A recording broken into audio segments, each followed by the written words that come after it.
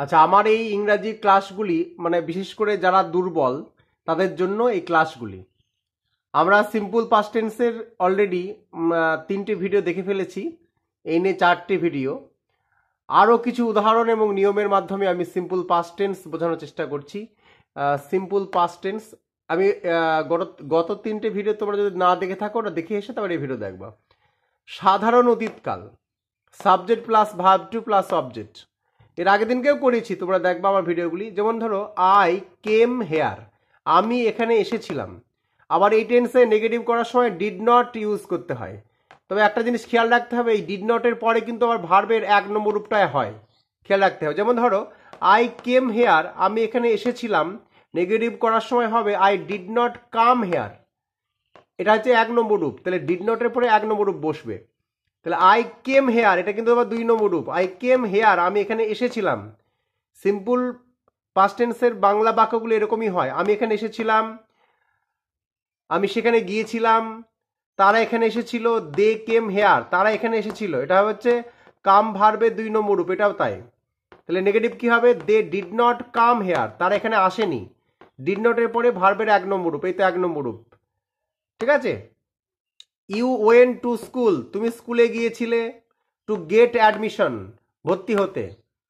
They told you the truth, তারা তোমাকে সত্যি কথা বলেছিল। এ দেখো, দে হচ্ছে সাবজেক্ট, সাবজেক্টের পরে ভার্বের 2 নম্বর রূপ বসেছে।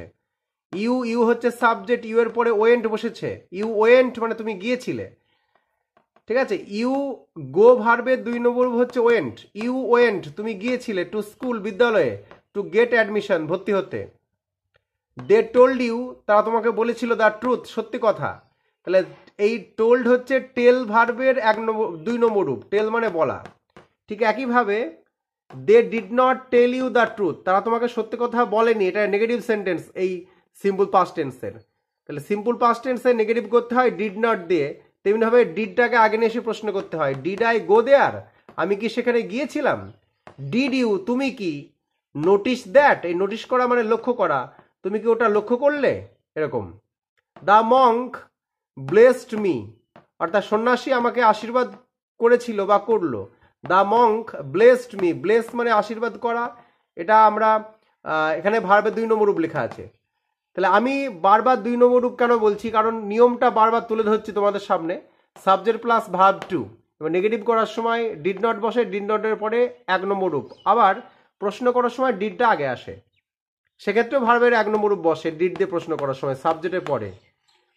তারপর লেখা আছে দ্য বোট স্যাঙ্ক, মানে নৌকাটি ডুবে গেল।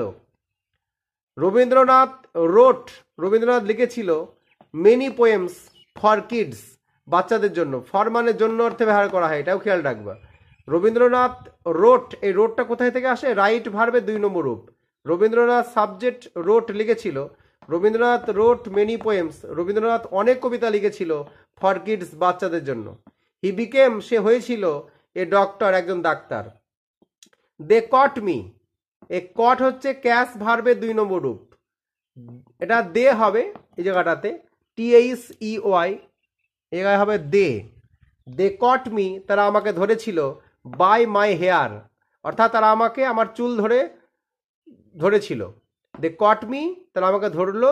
বাই মাই হেয়ার, চুল চেপে, তারা আমাকে চুল চেপে ধরেছিল, এরকম। তো এই হচ্ছে সিম্পল পাস্ট টেন্সের ব্যাপারগুলি। সিম্পল পাস্ট টেন্সের সাবজেক্টের পর ভার্ব টু বসে। আমি বেশ কয়েকটি উদাহরণ দিয়ে এবং নেগেটিভ দিয়ে, প্রশ্নবোধক বাক্য দিয়ে আবার বুঝিয়ে দিলাম। এই সেন্টেন্সে ভার্বের 2 নম্বর রূপ বসে। যেমন ধরো রাইট থেকে রোট হবে, ঠিক আছে। ব্লেস থেকে ব্লেসড হবে। নোটিস থেকে নোটিসড হবে। গো থেকে ওয়েন্ট হবে।